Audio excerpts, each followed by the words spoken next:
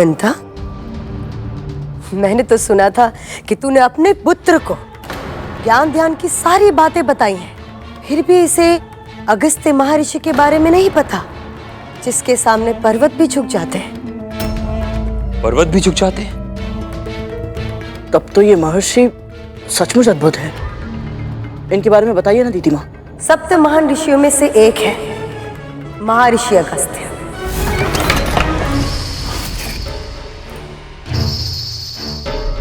इतने शक्तिशाली हैं, इतने शक्तिशाली कि एक बार उन्होंने विशाल पर्वत को भी विवश कर दिया था अपनी आज्ञा मानने के लिए।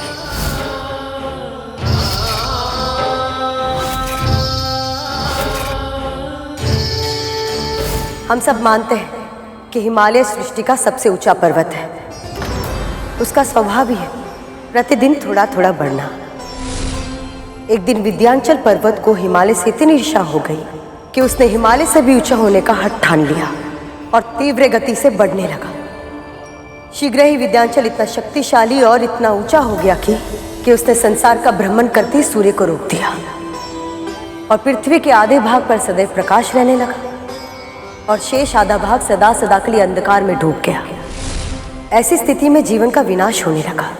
पेड़ पौधे सभी प्रकार के प्राणियों का अंत होने लगा। ऐसे में देवताओं को भीषण चिंता होने लगी और वो उपाय की खोज में ब्रह्मदेव के पास जा पहुंचे।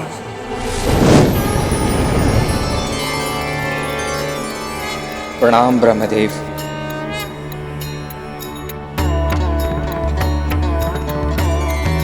मैं तो केवल सृष्टि का सृजन करता हूं। विंध्याचल को बढ़ने से रोकना मेरे सामर्थ्य में नहीं है। ब्रह्मदेव से इच्छा पूरी नहीं हुई तो सभी देवगण विष्णु के पास जा पहुंचे। प्रणाम विष्णु जी। सृष्टि में जो होता किसी न किसी कारण से ही होता और इसीलिए आपकी समस्या का समाधान करना मेरे लिए संभव नहीं। विंध्याचल के विकास को रोकने का उपाय महादेव शिव शंकर ही कर सकते हैं।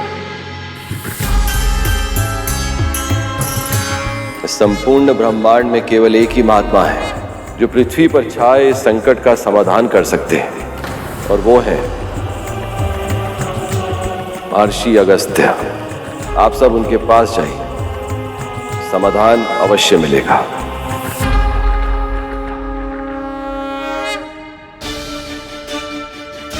प्रणाम अगस्त्य ऋषि। विंध्याचल से भी बड़ा उसका अहंकार है। एक बार वो अहंकार समाप्त हो जाए तो आपकी समस्या अपने आप समाप्त हो जाएगी। पर उसका यह अहंकार समाप्त कैसे होगा?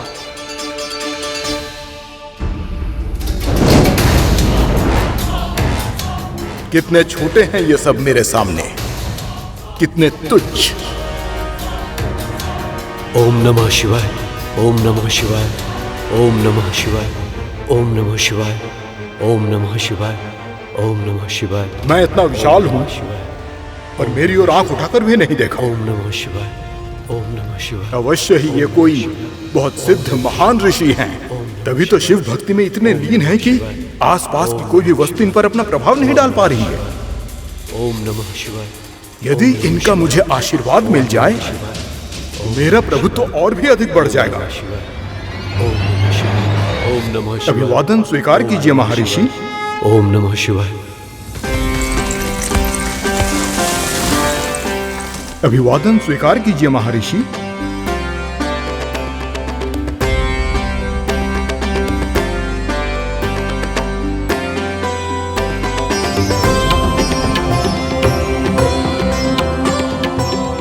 कितना मनोहर है ये सब, ये धरती, ये आकाश। इन्हीं सब से तो मेरी सुंदरता भी है। ऋषि श्रेष्ठ, मुझे दर्शन देने के लिए आपका बहुत बहुत धन्यवाद। कृपया बताएं, आपके सम्मान में मैं क्या कर सकता हूं? ऋषि अगस्त्य। मैं दक्षिण दिशा की ओर जा रहा हूं। पर्वत श्रेष्ठ, जब तक लौट कर नहीं आता हूं आप ऐसे ही रहिएगा, दंडवत प्रणाम की मुद्रा में। यही मेरा उचित सम्मान होगा। जो आज्ञा महर्षि। महर्षि अगस्त्य ने उस दिन के बाद फिर कभी विद्यांचल पार नहीं किया। वो वहीं दक्षिण में ही बस गए। पर उनकी असीमित शक्ति का प्रमाण देता है विद्यांचल पर्वत आज भी उनकी लौटने की प्रतीक्षा में वैसे ही है, दंडवत मुद्रा में भूमि पर लेटा हुआ। पर आज वो अभिमान से रहित है और सृष्टि के विकास में अपना योगदान दे रहा है। यह तो सचमुच बहुत महान ऋषि है। इनके दर्शन करना तो सौभाग्य की बात होगी। इतना अधीर मत हो गरुड़। अभी तक उनके व्यक्तित्व के एक ही पक्ष के बारे में जाना है तुमने, पर महर्षि अगस्त्य के व्यक्तित्व में बहुत कुछ ऐसा है जो सतह से नहीं दिखाई देता। उनके बारे में जानने के लिए गहराई में उतरना होगा। तेरे पिता महर्षि कश्यप बहुत शांत है। उन्हें देखते ही शीतलता का अनुभव होता है, किंतु वही दुर्वासा ऋषि, जिन्हें देखते ही क्रोध की अग्नि का अनुभव होता है, किंतु महर्षि अगस्त्य इन दोनों से भी विकट है। उनका व्यवहार अप्रत्याशित होता है। वो कब क्या करेंगे, किस पर प्रसन्न होंगे, किस पर क्रोधित होंगे और किसको अपना वरदान देंगे और किसको अपना श्राप, इसका अनुमान लगाना असंभव है। पिताजी और दुर्वासा ऋषि के सामने तो सावधान रहा जा सकता है, पर जिनकी प्रतिक्रिया का कोई अनुमान न लगा पाए, उनके सामने कोई कैसे व्यवहार करे? यही भूल उन दोनों ने भी की थी।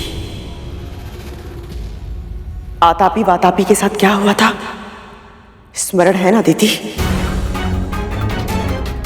ये कथा तो हमने भी नहीं सुनी माँ, बताइए ना, कौन थे आतापी वतापी? आतापी वतापी दो राक्षस थे। दोनों ने संसार में अपना आतंक मचाया हुआ था। एक दिन एक व्यापारी अपने घर लौट रहा था। उसे देख आतापी वितापी ने अपना रूप बदला और मायावी शक्ति से उस व्यापारी के साथ छल किया। फिर आतापी ने बोला, लगता है आप बहुत दूर से आ रहे हैं। मैं इस बकरे को खाने ही जा रहा था, वो तो शिव की कृपा से आपके साथ भेंट हो गई। आपको खाना खाने बिना नहीं जाने दूंगा मैं यहां से। मेरी कुटिया निकट ही है, आप आइए मेरे साथ।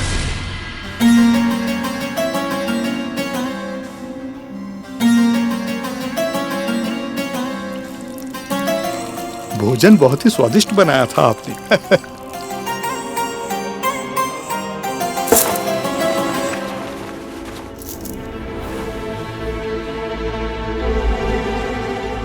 ये आपके लिए छोटी सी भेंट। बकरा बड़ा था, भोजन स्वादिष्ट, और भेंट ये इतनी छोटी सी। वातापी, समय हो गया।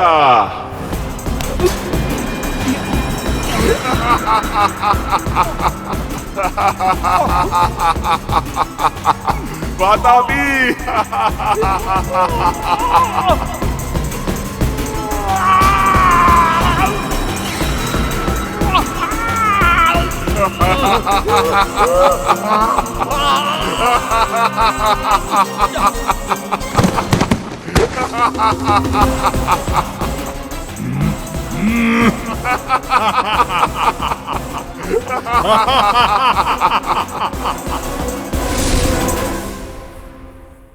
ये तो विचित्र माया है। पर माँ, महर्षि अगस्त्य की कथा का इनके साथ क्या संबंध है?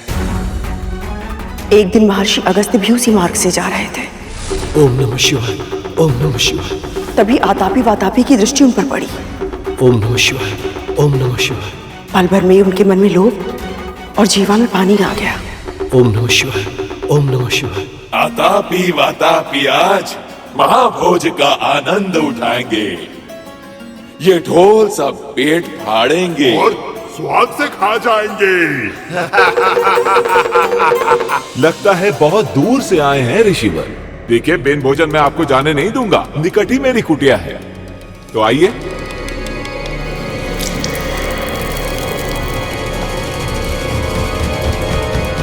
जीर्णाम जीर्णाम वातापी जीर्णाम।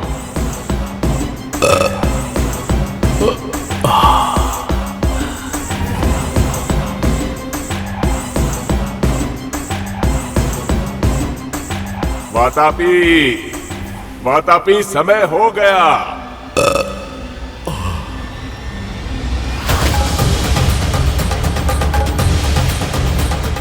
वातापी, समय हो गया। वातापी बाहर निकल। क्या किया है तूने मेरे भाई के साथ ऋषि? बता तूने क्या किया है? कहाँ है मेरा भाई? तुम्हारा भाई? मैंने कहा था, तुमने सुना नहीं? जीर्णाम जीर्णाम वातापी जीर्णाम। इस मंत्र के उच्चारण से भारी से भारी भोजन पचा सकते हैं। तुझे इसका दंड मिलेगा।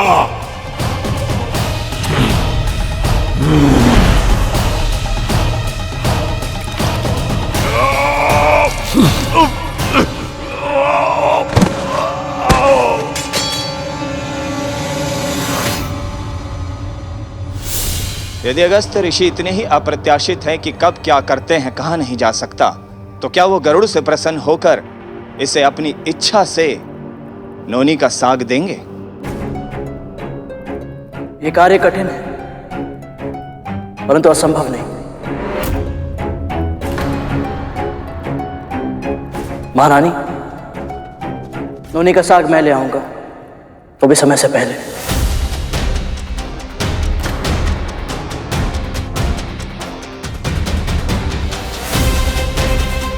तुझे लाना ही होगा गरुड़।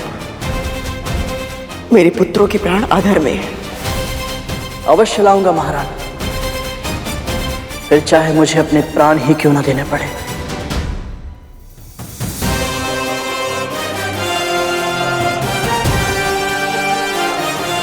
आज्ञा दीजिए।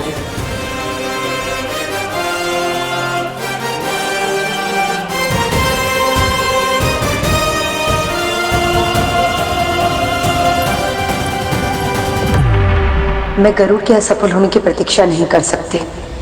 मुझे स्वयं ही ये निश्चित करना होगा कि इनसे कोई चूक हो जाए और ये जीवित पुत्रिका के व्रत विफल हो जाए। पर कैसे करूं ये? कैसे?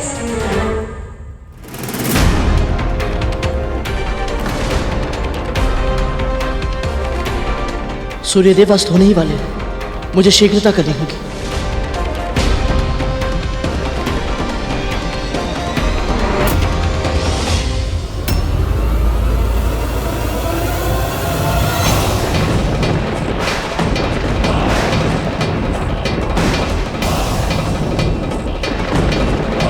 यमदूत यहाँ?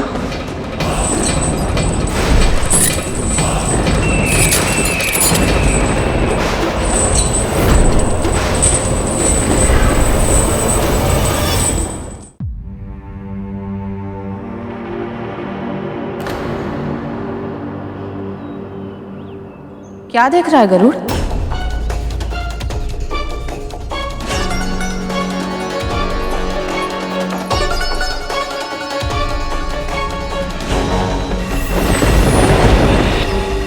क्या हुआ? बोल। पता नहीं मां, विचित्र सा भय लग रहा है। मैं जानता हूं मैंने क्रोध में आकर अपने भाइयों को कहा था यदि उन्होंने आप पर अत्याचार किया तो मैं उन्हें ऐसी अवस्था में पहुंचा दूंगा कि वो ईश्वर से अपनी मृत्यु की कामना करेंगे। और आज जब सच में उनके प्राण संकट में है तो बोले गए शब्द धनुष से छूटे तीर की तरह होते हैं गरुड़। चाहकर भी उन्हें वापस नहीं लौटाया जा सकता। पर इस समय तो इन नकारात्मक विचारों को मन में मत आने दे। अभी जो कार्य करना है उस पर ध्यान दे। सच कहूं तो इस आपदा में भी एक वरदान मिला है तुझे। हाँ गरुड़, महर्षि अगस्त्य से भेंट का अवसर किसी सौभाग्य से कम नहीं है। जब वो तेरे सामने आए ना तो तू उन्हें दंडवत प्रणाम करना। तब तक भूमि से मत उठना जब तक वो तुझे आशीर्वाद ना दे दे। यदि उन जैसे महान ऋषि का वरद हस्त तेरे सर पर होगा तो तेरे भाइयों के साथ कोई अहित नहीं होगा। गहरी श्वास ले गरुड़, अन्य सभी चिंताओं को अपने मस्तिष्क से निकाल दे। अपने मन को विचार शून्य कर ले। केवल वर्तमान में जो कार्य करना है ना, उस पर ध्यान केंद्रित कर।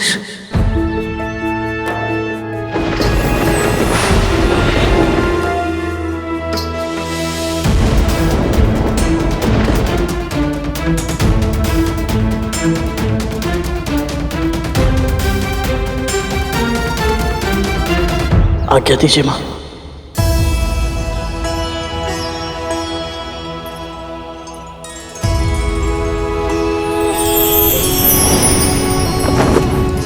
हे नारायण, इसे सफल बनाइए।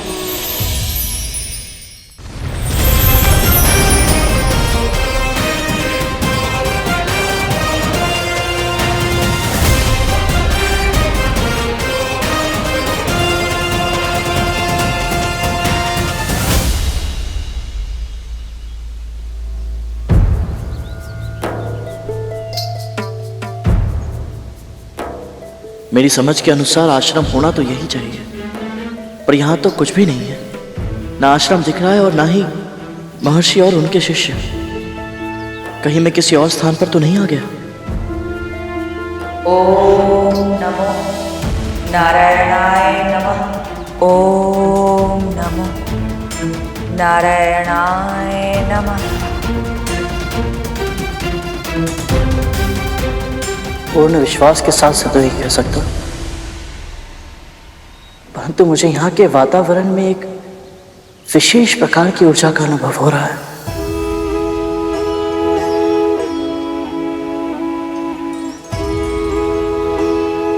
यदि आप सब महर्षि अगस्त्य की साधना शक्ति के साक्षी रहे हैं, तो कृपया मुझे भी उनकी आभा का दर्शन करवाइए।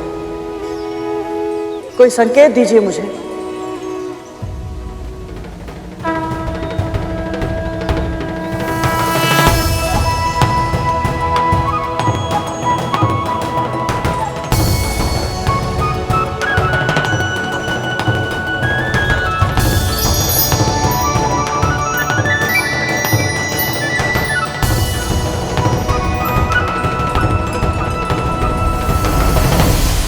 इसका अर्थ यह है कि मैं सही स्थान पर हूं।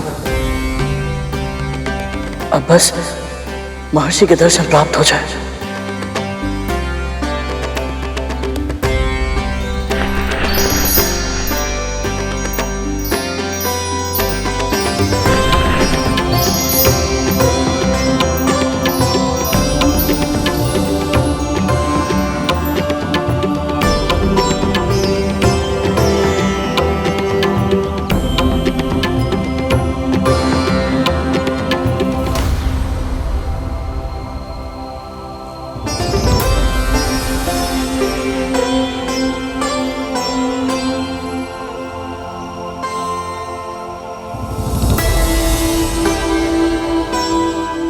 ओम नमः शिवाय। ओम नमः शिवाय। ओम नमः शिवाय। ओम नमः शिवाय। ओम नमः शिवाय। ओम नमः शिवाय। ओम नमः शिवाय। ओम नमः शिवाय। ओम नमः शिवाय। ओम नमः शिवाय। ओम नमः शिवाय। ओम नमः शिवाय। ओम नमः शिवाय। ओम नमः शिवाय। ओम नमः शिवाय। ओम नमः शिवाय।